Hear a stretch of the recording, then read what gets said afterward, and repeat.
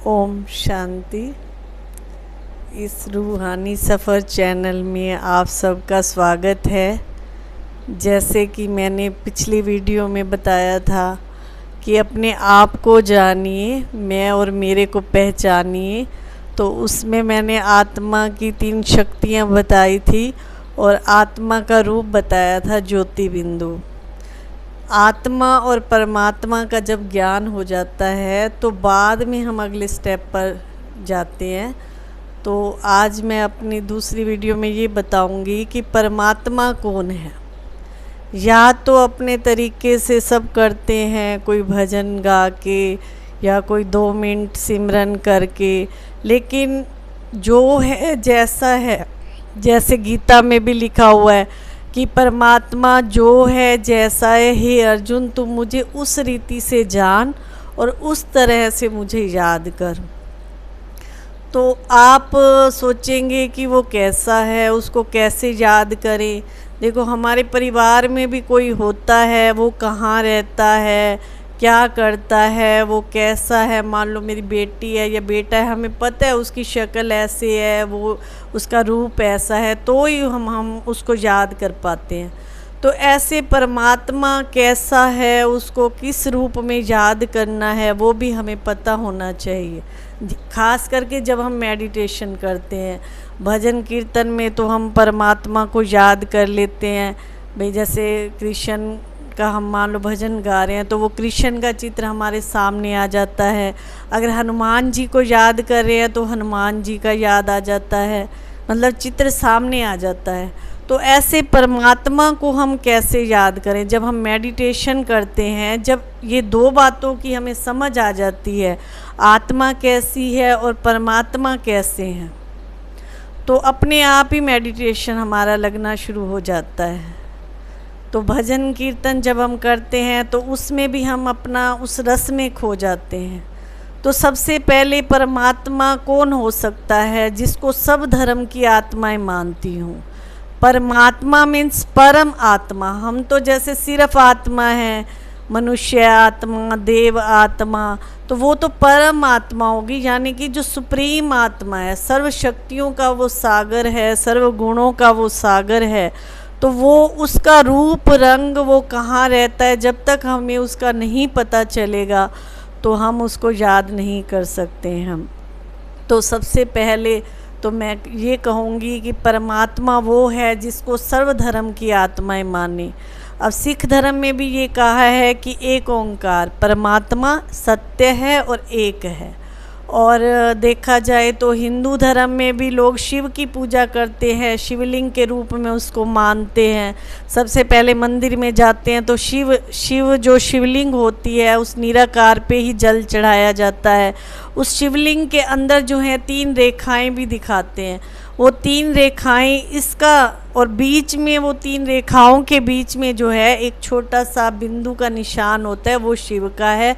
कि शिव निराकार परमात्मा, ब्रह्मा विष्णु शंकर के भी वो क्या है, रचयिता है, स्वयंभू, जिनका अपने आप ही अवतार होता है, अपने आप ही उनका जन्म होता है, उसको किसी ने जन्म नहीं दिया, स्वयंभू, इसलिए उसको स्वयंभू भी कहते हैं। तो तीसरा जो आता है, क्रिश्चियन धर्म वाले भी ये कहते हैं कि गॉड इज़ लाइट, परमात्मा जो है लाइट है। इस्लाम धर्म वाले भी अपने धर्म में जो है वो अपने पूजा का जो उनका होता है उसमें भी एक बिंदु रूप दिखाया है, तो वो भी बिंदु रूप को ही याद करते हैं। तो ऐसे सर्व आत्माएं, जितने भी धर्म की आत्माएं हैं, किसी न किसी रूप में बिंदु को ही याद करती हैं। अब बिंदु है और वो गुणों में क्या है, सिंधु है। तो इसलिए परमात्मा उसको कहा जाता है जिसको सर्वधर्म की आत्माएं मानती हैं और पहचानती हैं। तो उसको जानने के लिए सबसे पहले तो उसके रूप का हमें पता हो। उसका रूप क्या है, ज्योति बिंदु। जैसे हम आत्माओं का रूप क्या है, ज्योति बिंदु, तो ऐसे परमात्मा का रूप भी क्या है, ज्योति बिंदु। और उनका नाम क्या है, सदा शिव निराकार। शिव माना कल्याणकारी, शिव कल्याणकारी उनका नाम है। और वो रहते कहाँ हैं, परम धाम, सूर्य चांद सितारों से भी पार, जिसको कहते हैं ब्रह्मलोक।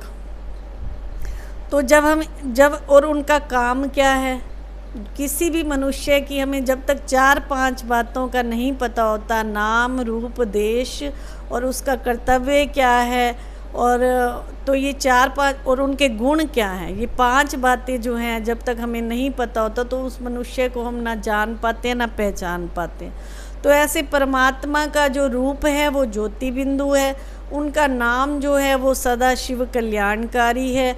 और वो करते क्या है, कहते हैं ना, गीता में भी लिखा है, जब जब धर्म की गलानी होती है तो भगवान अवतार लेते हैं और ये पतित दुनिया, पुरानी दुनिया को बदल एक नई दुनिया की स्थापना करते हैं। ये परमात्मा का काम है।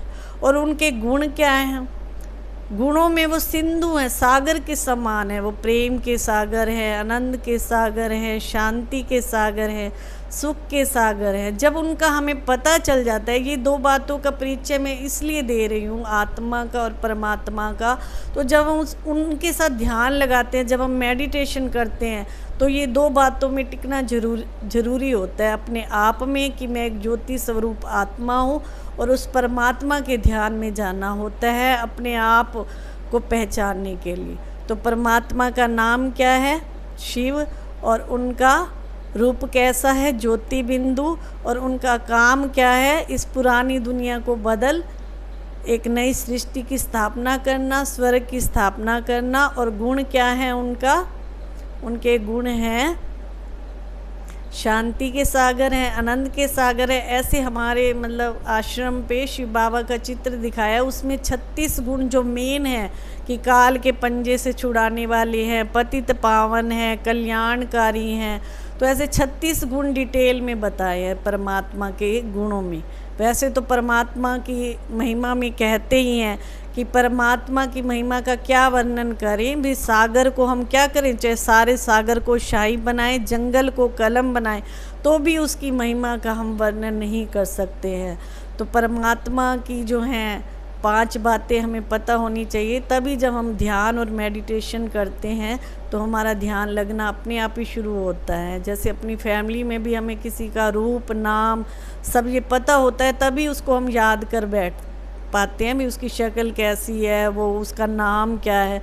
तो ऐसी कोई भी आज भी जो हमको वहाँ पे सुनाया जाता है, तो वहाँ पे आज यही सुनाया गया कि परमात्मा अकर्ता है, अभोगता है, और वो मतलब जन्म मरण के चक्कर से न्यारे। तो ये है परमात्मा का परिचय, कि परमात्मा कैसे हैं, उनका नाम, रूप। पिछली वीडियो में मैंने आत्मा की 3 बातें बताई थी। आत्मा में 3 शक्तियां हैं, मन, बुद्धि और संस्कार। तो आज परमात्मा का नाम क्या है? सदा शिव कल्याणकारी। तो ये हमको ये 5 बातें जो हैं बुद्धि में रखनी है, तभी हम अगली वीडियो में आपको बताएंगे कि परमात्मा से कैसे हम सर्व शक्तियाँ और सर्व गुण ले सकते हैं।